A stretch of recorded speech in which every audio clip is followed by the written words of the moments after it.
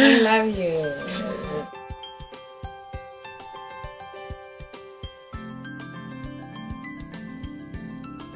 Our patients are people that they just lead us into deeper places. They are amazing examples to us of how they cope with life. And our patients have taught us so much, and you just think you've learned it all and you find that you're actually going to start again.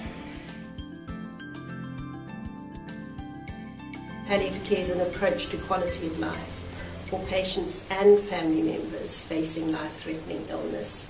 And this is through the prevention and relief of suffering and the impeccable assessment and treatment of pain and other distressing symptoms and psychological and social and spiritual issues. There's no definition about what disease you usually suffer from. It's merely that people have severe symptoms that require treatment. We all zoom in on a patient with different roles. Very much with the patient as well. Very much. They're actually the leader of the team. Yes. Because they're the experts in their own life. We have an IDT meeting, interdisciplinary team. We have the doctor there, and we've got the sisters and ourselves. And when we have difficult cases, or we need to sort of explain a little bit more about the patient from whichever side, it's actually sometimes very useful to brainstorm a few things and to know that we're both working together. We have to bring focus to that crisis that's looming in a patient's life.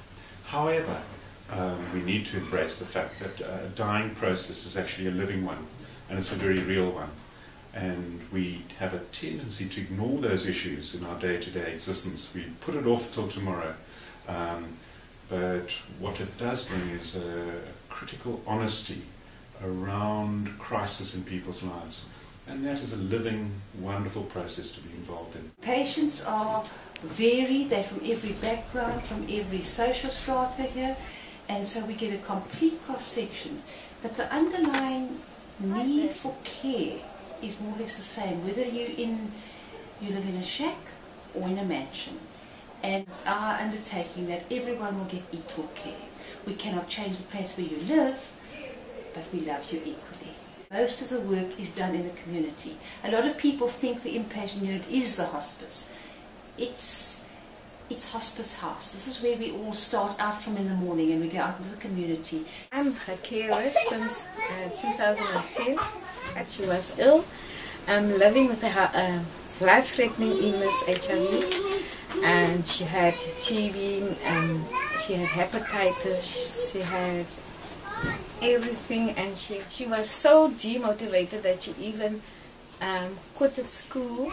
And just because she's a young girl, she's even now so motivated that she said she's not going to stay back, she's not going to lie down, she want her friends and also the youth to see that it's not the end of the world when you're living with a life-threatening illness. There's still a light at the end of the tunnel.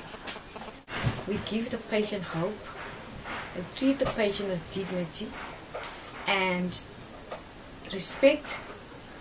Also, we respect the culture of the patient, because if you don't respect the culture of the patient, and then it's not, you just come to a death road where you're not going to get through to the patient. But if you understand the culture, then we can work hand in hand with the patient, the community, and the hospice. I'm the home care nursing sister, and I go and visit our patients at home, and I do Macassar area as part of my area. The volunteers that work in this area, we decided maybe it will be a good thing to actually start having a support group, a gay hospice we call it, a support group for these ladies here in Macassar, instead of having to drive all over and bringing them to hospice itself, in their own area with their own people. Also are quite active in doing things, you know, knitting, crocheting, making, and it's amazing how the creativity of everyone is coming out and how they're all so grateful and making things and so proud of the end product.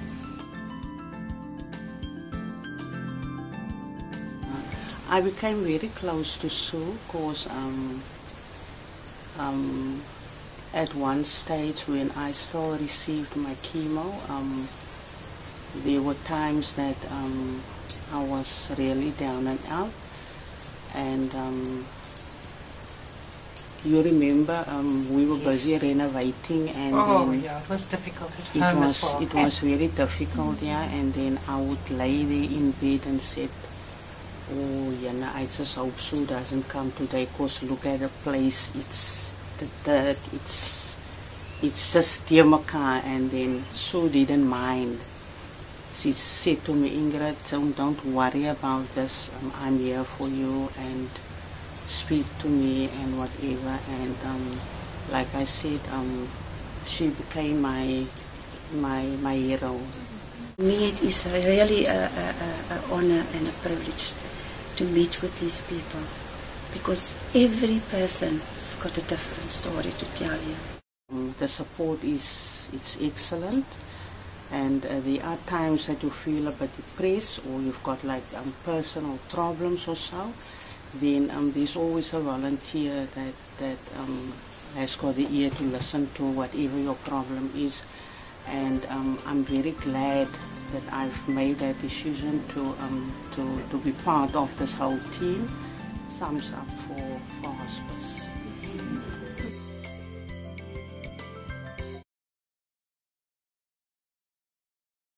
So for me, when we get referrals like Rita, which is a early referral, it gives us time to do intervention and planning and caring and building up a relationship is very important. And not just with the patient, but also with the family. And we got some of the symptoms under control. And now I visit her like once a week, eh? Yes. And all your symptoms are still no problems. No problems. Only your back that's a bit sore. Oh, no, my back is this morning. Stand up. I think I did take this baby. We as counsellors, and I do bereavement counselling, we are very much part of the family of hospice. It's a wonderful experience to walk that road with individuals, and I always say I probably get more out of it than the patients do. They just came in very subtly and helped. They helped with special hospital bed for him. His cancer metastasized to the spine, so he was bedridden in the last couple of months. And they also helped with pain, monitoring of pain, trying to get with the oncologist, trying to get the right balance so that he was comfortable. And in fact, they supported me a lot, because I decided I'll nurse him, which I couldn't do 24 hours a day. And in the end, they said to me, no, you can't do this. So they took him into hospice for a couple of days so that I could sort of recharge my batteries and get strong again. And then we brought him home. And I was very happy, because he wanted to die at home, and he died at home. And about a week later, a lady phoned me and she said that she was from Helderberg Hospice. She was part of the grief counselling section. And, you know, she was there if I wanted to talk. So we went to a coffee shop and we had a meeting. And as a result of that, for 4 years, we met every 2 weeks for coffee. And she was just a wonderful, wonderful person. And she helped me. And she made you realize that you can't handle these things alone. We have many more volunteers on our hospice program than we actually have paid staff, and we really are very grateful for the people who give of their time and their expertise so generously to assist our patients and their family members.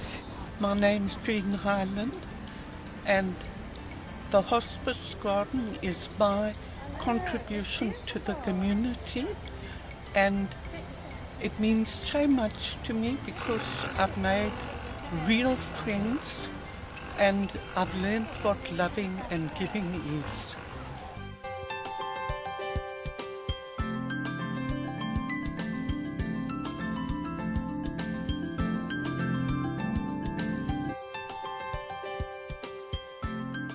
it is still not nearly enough.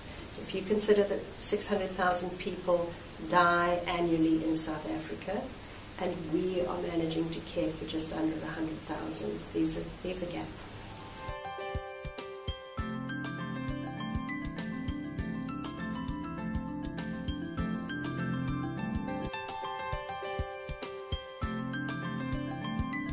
Each and every one of us will die sometime. We don't know when or what we may die of, but who's going to be there to care for us?